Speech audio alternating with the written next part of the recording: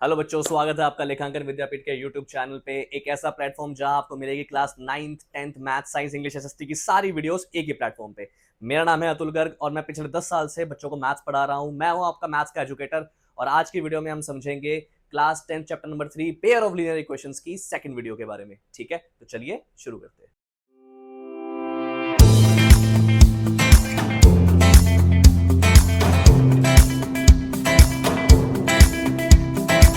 और आज हम देखने वाले हैं हमारा टॉपिक नंबर 1।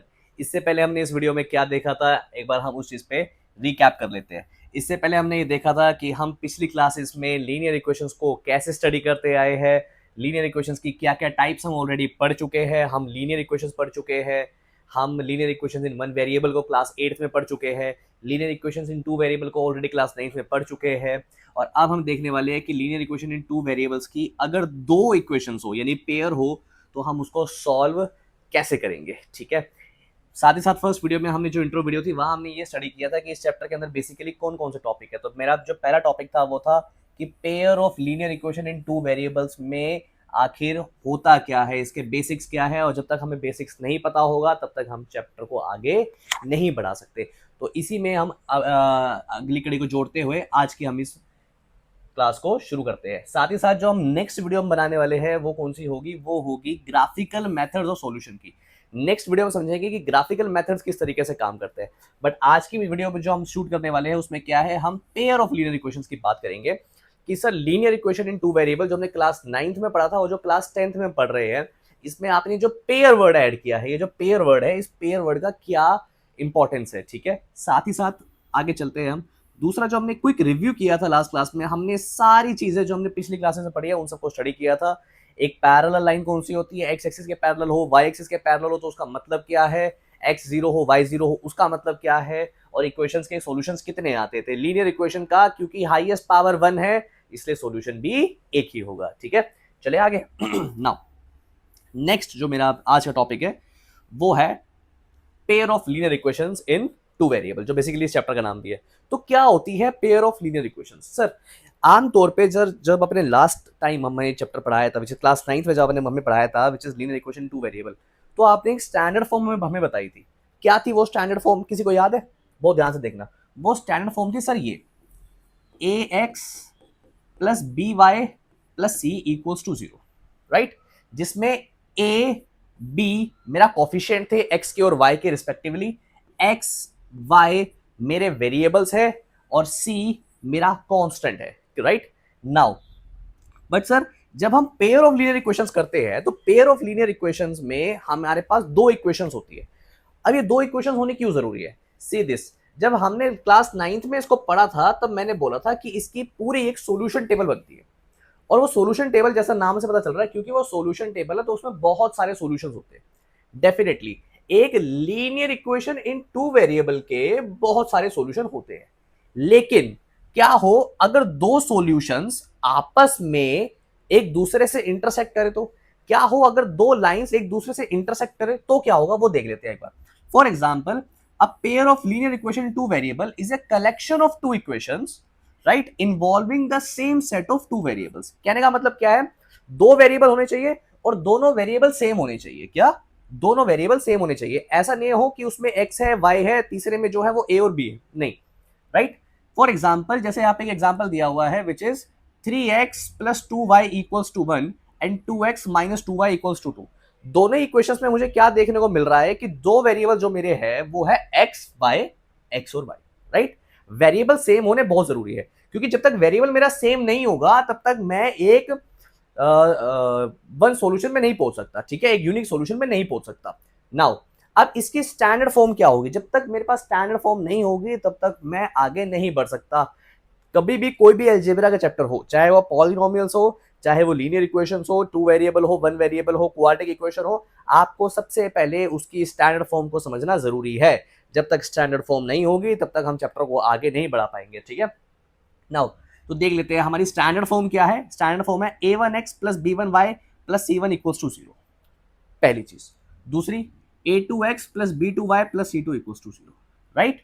यानी कि यहां पे भी a1 a और b है, लेकिन यहां मैंने उसको नाम दे दिया a1 b1 c1 A2 B2 C2, right. इसका मतलब क्या हुआ कि A1 B1 C1 A2 B2 C2 ये सब क्या है, ये रियल नंबर्स है, और जहां पे इनमें से कोई भी जीरो नहीं होना चाहिए, ठीक है। यहां पे इसमें से कोई भी जीरो नहीं होना चाहिए, ठीक है। इनमें से कोई भी जो है जीरो नहीं होना चाहिए, और इनका सम भी जीरो नहीं होना चाहिए, इनके सम का स्क्वायर भी जीरो नहीं होना चाहिए। चले आगे। Now solution of a pair of linear equation in two variable हमें निकालना हो तो हम क्या करेंगे, देखना बहुत ध्यान से। वैसे तो इसको निकालने के हमारे पास अभी के लिए 3 मेथड है। पिछले साल से पिछले साल तक हमारे पास 4 मेथड थे, जिसमें से एक मेथड अब कट चुका है, क्रॉस मल्टीप्लिकेशन। तो अब हमारे पास जनरली सिर्फ 3 मेथड बचे हैं हमारे, राइट। नाउ बात आती है कि सर सॉल्यूशन तो निकाल लेंगे, लेकिन सॉल्यूशन के टाइप्स क्या है और कैसे कैसे सॉल्यूशन हमें मिल सकते हैं। तो अभी हम आज की वीडियो में समझ लेते हैं कि कैसे कैसे सॉल्यूशन हमारे सामने हमें देखने को मिल सकते हैं, ठीक है। यस, देखना बहुत ध्यान से, विच इज ओके। नाउ तो कैसे कैसे सॉल्यूशन हमें देखने को मिल सकते हैं, उसके लिए हम क्या देखेंगे। देखो यहां लिखा हुआ है any pair of values of x and y which satisfy the given equation a1x plus b1y plus c1 and a2x plus b2y plus c2 simultaneously is called the solution of a given pair of linear equation। देखो solution किसको बोलेंगे, जैसा मैंने polynomials में roots के बारे में बोला था, और जैसा मैंने क्वाड्रेटिक इक्वेशन में सॉल्यूशन के बारे में बोला था, या क्लास 9 में भी सॉल्यूशन के बारे में बोला था। सॉल्यूशन क्या होता है, सॉल्यूशन वो होता है जो x और y की वैल्यू को सेटिस्फाई करते हैं। क्या, x और y की वैल्यू को सेटिस्फाई करते हैं, उसे हम क्या बोलेंगे, solution of a linear equation, ठीक है। चले आगे। नाउ समझना बहुत ध्यान से, सी दिस। तो मैं मेथड से बाद में आऊंगा, लेकिन उससे पहले मैं आपको एक तरीका बता देता हूं। तो एक हम चार्ट बनाते हैं यहाँ पे, और उस चार्ट से हम समझने की कोशिश करेंगे कि कैसे कैसे सॉल्यूशन हमें देखने को मिल सकते हैं। फॉर एग्जांपल, अब मान के चलो मेरी एक लाइन है, ठीक है। तो पहली चीज जो मुझे पता चलती है वो है कि एक लीनियर इक्वेशन की जो लाइन बनती है ग्राफ के ऊपर, वो स्ट्रेट लाइन बनती है। सर हमें कैसे पता, क्लास 9 में पढ़ा था पहली बात। दूसरी बात मैंने क्विक रिव्यू में लास्ट वीडियो में बताया भी था, जिसने वो वीडियो नहीं देखी वो ऊपर डिस्क्रिप्शन बॉक्स में लिंक दिया हुआ, वहां जाके देख सकते हैं। तो लीनियर इक्वेशन की जो लाइन होती है वो स्ट्रेट लाइन होती है। नाउ अगर आपके पास दो स्ट्रेट लाइन है तो आपके पास कैसी कंडीशंस बन सकती है, एक बार वो देख लेते हैं। तो सीधे या तो वो दो स्ट्रेट लाइंस क्या होंगी, वो एक जगह पे इंटरसेक्ट करेगी। फॉर एग्जाम्पल वो ऐसे और ऐसे किसी एक पॉइंट पे इंटरसेक्ट कर रही है, राइट। दूसरी चीज क्या हो सकती है, दूसरी चीज ये हो सकती है कि वो दोनों लाइंस एक दूसरे के पैरेलल हो, राइट। और तीसरी चीज क्या हो सकती है, तीसरी चीज ये हो सकती है कि वो दोनों लाइन एक दूसरे के कोइंसिडेंट हो। कोइंसिडेंट का मतलब कोइंसिडेंट क्या मतलब, जिस तरीके से एक कॉइन जो होता है उसके एक तरफ और दूसरी तरफ दो चीजें होती है, दो पार्ट्स हेड और टेल्स होते हैं, वैसे कोइंसिडेंट का मतलब होता है कि एक लाइन के ऊपर ही दूसरी लाइन। नाउ समझना बहुत ध्यान से। तो ऐसी कंडीशन को जहां पे ये दोनों पॉइंट्स एक ही जगह पे टकरा रहे होते हैं, इसको हम बोलते हैं यूनिक सॉल्यूशन। क्या बोलते हैं, unique solution. Yes, very good, comment section में लिख दो यूनिक सॉल्यूशन, राइट। दूसरा, जहां पे ये टकराते ही नहीं है, क्योंकि यहां पे किसी पॉइंट पे इंटरसेक्शन ही नहीं हो रहा, तो हम ऐसे केस को बोलेंगे नो सॉल्यूशन। सर वो टकराए ही नहीं ना, सर टकराए नहीं तो नो सॉल्यूशन, सीधी बात, ठीक है। नाउ तीसरा, टकरा रहे हैं, टकरा रहे हैं, कहां टकरा रहे हैं, और टकराते जा रहे हैं क्योंकि वो एक दूसरे के ऊपर है। यस, इसका परफेक्ट एग्जांपल होता है जब घड़ी में 12 बजते हैं, तो छोटी सुई और बड़ी सुई दोनों एक दूसरे को कोइंसिडेंट करती है। तो यहां पे ये दोनों लाइंस एक दूसरे को कोइंसिडेंट कर रही है, इसलिए इस केस को मैं बोलता हूं इनफाइनाइटली मैनी सॉल्यूशन। एक क्वेश्चन कंफर्म आएगा एग्जाम में आपका इन्हीं तीनों केसेस में से एक, ठीक है। आमतौर पे हम क्या देखते हैं, वो क्वेश्चन या तो के की वैल्यू वाला होता है या फिर एमसीक्यू टाइप होता है। चलते आगे। नाउ अब कुछ क्वेश्चंस देख लेते हैं हम एक बार, ताकि हमें समझ में आ जाए कि ऐसे क्वेश्चंस को सॉल्व कैसे करना है। तो फॉर एग्जांपल आपको क्या बोल रखा है, बहुत बहुत बिल्कुल बेसिक सा क्वेश्चन है, क्लास 9th वाले, ये एक बार हम रिकैप कर रहे हैं। Now see this, x equals to 2 दे रखा है, y इक्वल्स टू 2 दे रखा है, और चेक करना है कि क्या ये इन दोनों इक्वेशंस के सॉल्यूशंस है या नहीं है। क्या सिर्फ चेक करना है कि है या नहीं है। कैसे करेंगे, कुछ नहीं करेंगे, हम वही पहले वाला काम करेंगे। क्या, पुट करेंगे x को 2 और y को 3, और दोनों को डाल देंगे किसी भी इक्वेशन में। पहली मान के चलते हैं ये वाली इक्वेशन मेरी फर्स्ट इक्वेशन है, this is my equation number 1। अब पहली इक्वेशन में, इक्वेशन नंबर 1 में मैं एक बार इसको डाल देता हूं और देखते हैं कि आंसर मेरा सेटिस्फाई करता है या नहीं करता। सेटिस्फाई का मतलब क्या होगा कि LHS और RHS इक्वल आते हैं या नहीं आते। सो देख लेते हैं एक बार इसको। Now see this, okay. तो जब मैंने यहां डाला तो मुझे क्या मिला, 2 into 2 plus 3, right. 2 into 2 plus 3 which is 4 plus 3 which is 7 which is RHS। Yes, तो LHS और RHS इस केस में बराबर हो रहे हैं। फर्स्ट इक्वेशन में मेरे LHS RHS बराबर हो रहे हैं। सेकेंड इक्वेशन में देख लेते हैं। सेकेंड इक्वेशन में LHS जब मैंने डाला यहाँ पे 3 इंटू 2 प्लस 2 इंटू 3 यानी 6 प्लस 6 विच इज 12, वो भी मेरे RHS के बराबर हो रहा है। इसका मतलब मेरी फर्स्ट और सेकंड दोनों इक्वेशन सेटिस्फाई हो रही है। तो मैं खुशी खुशी यहां बोल सकता हूं कि क्या x की वैल्यू 2 और y की वैल्यू 3 सेटिस्फाई करती है मेरी दोनों इक्वेशंस को, सेटिस्फाई बोथ द इक्वेशंस। इसका मतलब x इक्वल्स टू 2 और y इक्वल्स टू 3 जो है वो सॉल्यूशन है गिवन इक्वेशन का। इतनी बात समझ में आ गई? ठीक है, ये ऐसे क्वेश्चंस को हम क्लास 9th में करके आ चुके हैं, बहुत अच्छे से किया था। जिन्होंने नहीं किया वो क्लास 9th की वीडियोस भी जाके मेरी देख सकते हैं। आगे चलते हैं। नाउ नेक्स्ट जो क्वेश्चन मेरे पास आता है वो आता है कि x equals to 2 y equals to 1 और x equals to 4 y equals to 4। ये चेक करना है इन दोनों इक्वेशंस में क्या ये इसके सॉल्यूशंस है या नहीं है, क्या ये इसके सॉल्यूशंस है या नहीं है। देख लेते हैं कैसे करेंगे। वही सेम पहले वाला काम पुट करेंगे। क्या करेंगे, x की वैल्यू को पुट करेंगे। यहां जो x लिखा हुआ है x की जगह मैं क्या लिख दूंगा, 2 लिख दूंगा। क्या लिख दूंगा, 2 लिख दूंगा। और y की जगह मैं क्या लिख दूंगा, y की जगह लिख दूंगा 1। राइट, तो देख लेंगे इसको सो पुट करेंगे तो देखते हैं हमें हमारा आंसर मिलता है या नहीं मिलता। नाउ सी दिस, तो x को 2 और y को 1 रखेंगे फर्स्ट में और सेकंड में एक एक करके देखेंगे क्या मेरा RHS के बराबर आता है। यस, तो फर्स्ट केस में तो मेरा 4 आया, 4 मेरे RHS के बराबर है।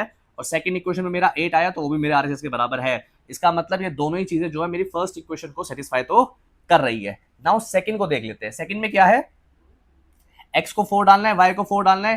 फर्स्ट और सेकंड इक्वेशन में दोनों में एक एक करके, फर्स्ट में मैंने डाला 4 x की जगह और y की जगह भी 4 डाला तो मुझे मिल गया 12 में से 8 गया 4 विच इज माई RHS के इक्वल। एंड यहां भी मैंने उसको डाला और चेक किया कि यस ये भी 8 आ रहा है, ये भी मेरे RHS के इक्वल है। इसका मतलब ये दोनों इक्वेशन जो है वो मेरी सेटिस्फाई हो रही है। आ रही है बात समझ में?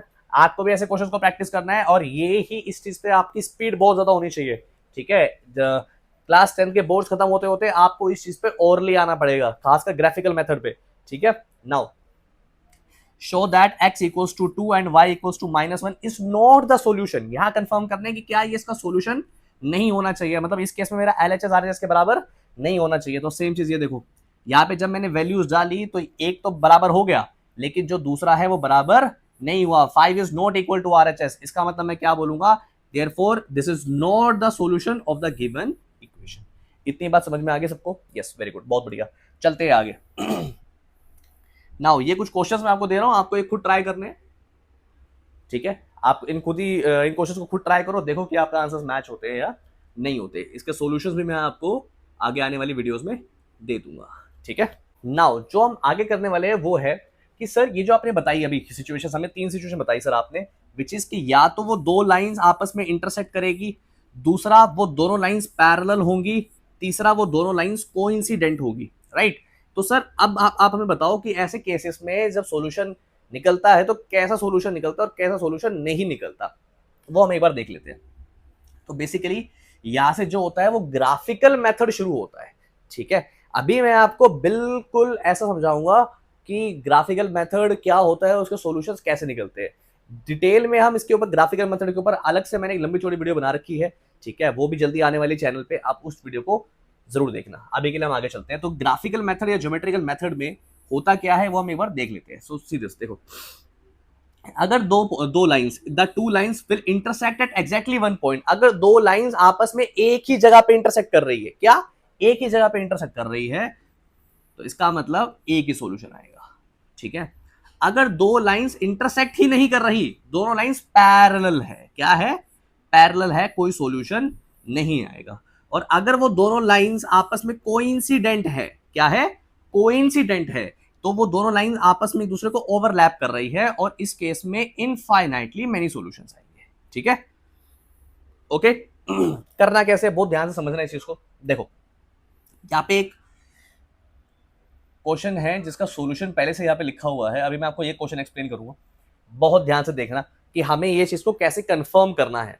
नाउ अब ग्राफिकल मेथड की ब्यूटी क्या है वो हम एक बार समझ लेते हैं और होता क्या है इसके साथ। ये जो मैं आपको टिप्स दे रहा हूँ ये बहुत एक्सपीरियंस के बाद मुझे आई है और मैं आपको यहाँ पे दे रहा हूँ यूट्यूब चैनल पे, हमारे लेखांकन विद्यापीठ के। और ऐसी बहुत सारी चीजें हमारे चैनल पे आने वाली है, तो चैनल को लाइक कर दीजिए, सब्सक्राइब कर दीजिए।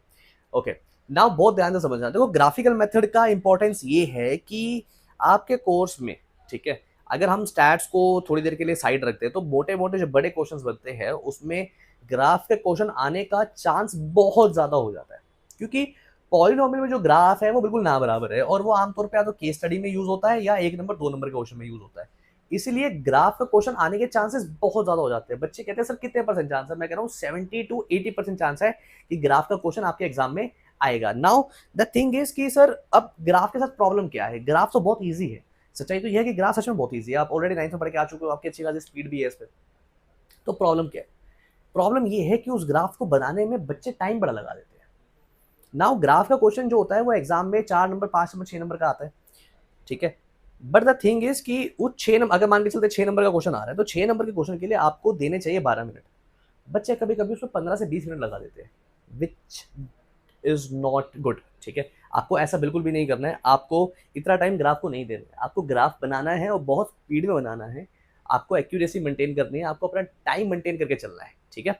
ओके चलते हैं आगे। नाउ द थिंग इज कि क्वेश्चन दिया हुआ है यहाँ पे मेरे को कि आपको ये इक्वेशन को ग्राफिकली रिप्रेजेंट करना है, ठीक है, which is x plus y minus 3 equals to 0 and 2x plus 3y minus 7 equals to 0। क्या करेंगे हम, वही पहले वाली चीज, क्या, विच इज हम x और y की वैल्यू पुट करेंगे एक एक करके, अलग अलग values. For example let's say मैंने x की वैल्यू 0 पुट की तो मुझे y कितना मिला, मुझे y मिला 3। मैंने फिर मैंने x की वैल्यू 4 पुट की और मुझे y मिला यहाँ पे -1। सेम वे में जो सेकंड टेबल थी मैंने वहां पे क्या किया, वहां मैंने x की वैल्यू -4 पुट की तो y मुझे मिला 5 और x की वैल्यू 5 पुट की तो y मुझे मिला -1, राइट। जब ये दोनों वैल्यूज को मैं ग्राफ पे डालूंगा तो मेरा ग्राफ कुछ ऐसा बनेगा जैसा आपको अभी स्क्रीन पे नजर आ रहा है। नाउ इस ग्राफ को देख के आप क्या कह सकते हो, सर ये दोनों ग्राफ ना तो कोइंसिडेंट है ना पैरेलल है, ये इंटरसेक्ट कर रहे हैं किसी एक पॉइंट पे। किस पॉइंट पे, इस पॉइंट पे। नाउ जिस पॉइंट पे ये इंटरसेक्ट कर रहे हैं वही मेरा सॉल्यूशन। तो सॉल्यूशन में मैं बोल सकता हूं कि सर x की वैल्यू 2 है और y की वैल्यू 1 है, ठीक है। चले आगे। ओके नाउ ग्राफिकल क्वेश्चन ऐसे ही है, ये एक मैंने आपको केस बताया कि सर जहां पे हमें अगर लाइंस आपस में इंटरसेक्ट होती है तो मुझे एक ही सॉल्यूशन मिलता है।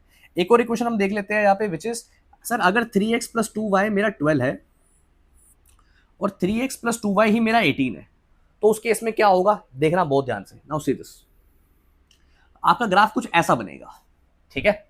आप इसका बॉक्स बना के इसका ग्राफ बना सकते हो। अगर आपके ग्राफ की कंडीशन कुछ ऐसी आ रही है, पैरेलल लाइंस, इनको बोलेंगे हम पैरेलल लाइंस, ये पैरेलल लाइंस की कंडीशन है। और अगर आपके ग्राफ में कंडीशन पैरेलल लाइंस की आ रही है तो इस केस में कोई सॉल्यूशन निकलने वाला नहीं है, तो मैं गर्व से बोलूंगा कि यहाँ पे नो सॉल्यूशन है। क्या है, नो सॉल्यूशन, कोई सॉल्यूशन यहाँ पे निकलने वाला नहीं है। क्लियर है मेरी बात? ओके नाउ ये तीसरा केस दिया हुआ है, इसका ग्राफ आप बनाओगे और आप मुझे बताओगे कि इसका सॉल्यूशन कैसा निकलने वाला है, राइट। इसका सॉल्यूशन कैसा निकलेगा, क्या इसका सॉल्यूशन नो सॉल्यूशन होगा, यूनिक सॉल्यूशन होगा, या फिर कोइंसिडेंट यानी कि इनफाइनाइटली मैनी सॉल्यूशन होगा, ये चीज आप मुझे बताओगे। ओके तो इतना आई होप आपको समझ में आ गया होगा। तो आज की वीडियो में जो हमने देखा एक बार हम उसको वापस उसका रिकैप कर लेते हैं। तो बेसिकली मैंने जो आपको बताया वो था कि जब लाइंस हमारी स्ट्रेट लाइंस होती है ग्राफिकल मेथड में तो हमारे कैसे सॉल्यूशन आते हैं, इसकी एक बड़ी सी लंबी सी टेबल है, उसको भी हम आगे समझने वाले हैं अपनी आने वाली वीडियोस में। तो या तो आपका यूनिक सॉल्यूशन होगा या आपका नो सॉल्यूशन होगा या इनफाइनाइटली मैनी सॉल्यूशन होगा, depending on the situation of the graph. क्या कि अगर आपके ग्राफ में दोनों लाइंस इंटरसेक्टिंग है तो यूनिक सॉल्यूशन, क्योंकि एक ही जगह टकरा रही है। अगर टकराई नहीं रही तो नो सॉल्यूशन, और अगर टकराई ही जा रही है तो इसका मतलब इनफाइनाइटली मैनी सॉल्यूशन। ठीक है बच्चों, इसी के साथ देते हैं आज की हमारी इस वीडियो को हम यही विराम। आपसे मिलते हैं चैप्टर की तीसरी वीडियो में जहां हम ग्राफिकल मेथड को बहुत डिटेल में स्टडी करने वाले हैं। ठीक है, तब तक के लिए आज की वीडियो को यही समाप्त करते हैं। Tata bye bye.